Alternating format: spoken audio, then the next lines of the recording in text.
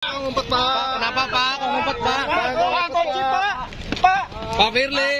Saya tidak bisa berkata apa-apa lagi atas ngumpetnya Pak Firly kecuali satu kata, memalukan. Memalukan atas perbuatan yang dilakukan Pak Firly karena ya memalukan. Jadi malu atas hal-hal yang dilakukan Pak Firly karena memalukan kita semua.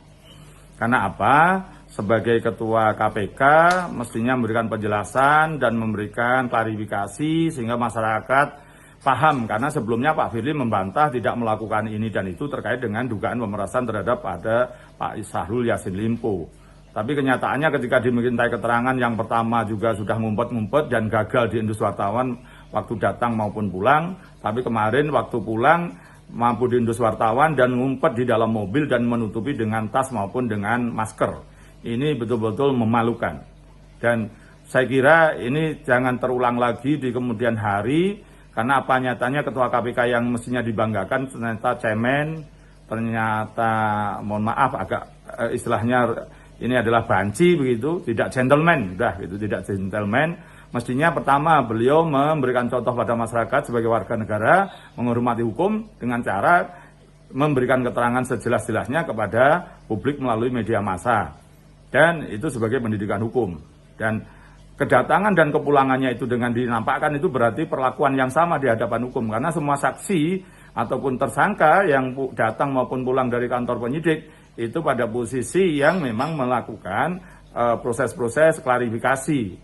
Dan ini yang mestinya dilakukan oleh Pak Firly. Jadi persamaan hukum aja gitu. Dan Pak Firly ternyata meminta pada posisi kalau saksi atau tersangka di KPK malah diumumkan pada saat upaya paksa di depan wartawan, jumpa pers. Nah, kalau ini Pak Firly mestinya kan perlakuan sama yang hukum.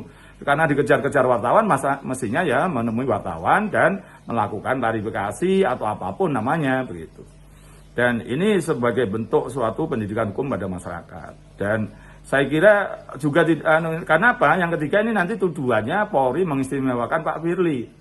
Padahal setahu saya itu polisi tidak mengistimewakan Pak Firly. Buktinya kemarin pun ya dalam posisi akhirnya bisa diendus wartawan. Jadi tidak ada perlakuan istimewa dari Polri. Nah, mestinya Pak Firly memberikan contoh bahwa dia tidak dapat perlakuan istimewa di kepolisian meskipun beliau pensiunan Komisaris Jenderal bintang 3 gitu.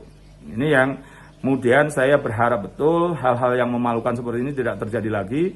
Dan nanti kalau ada pemeriksaan lagi dan lain sebagainya juga harus dilakukan di Polda saja, tidak perlu di Bareskrim. Bareskrim ini nampaknya menjadi perlakuan istimewa, itu apapun akhirnya polisi kelihatan memperlakukan istimewa, dipanggil 2 kali tidak datang, tidak ditangkap, dan kemudian minta di pemeriksaan Bareskrim dituruti. Dan ini terus terang aja juga mengecewakan. Apalagi hari ini Pak Firly melakukan rilis keterangan tertulis mengatakan bahwa dia menuntut keadilan. Bahwa keadilan yang tertunda bukan keadilan. Nah, padahal saya tahu beberapa kasus di KPK ya banyak yang molor gitu, banyak yang mangkrak gitu.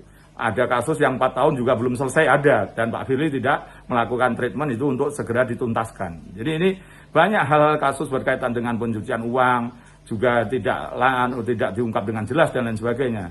Jadi saya kira itu yang paradok Pak Firly mengatakan keadilan yang tertunda bukan keadilan. Sementara di KPK sendiri selama 4 tahun ini banyak perkara-perkara mangkrak. Demikian, terima kasih.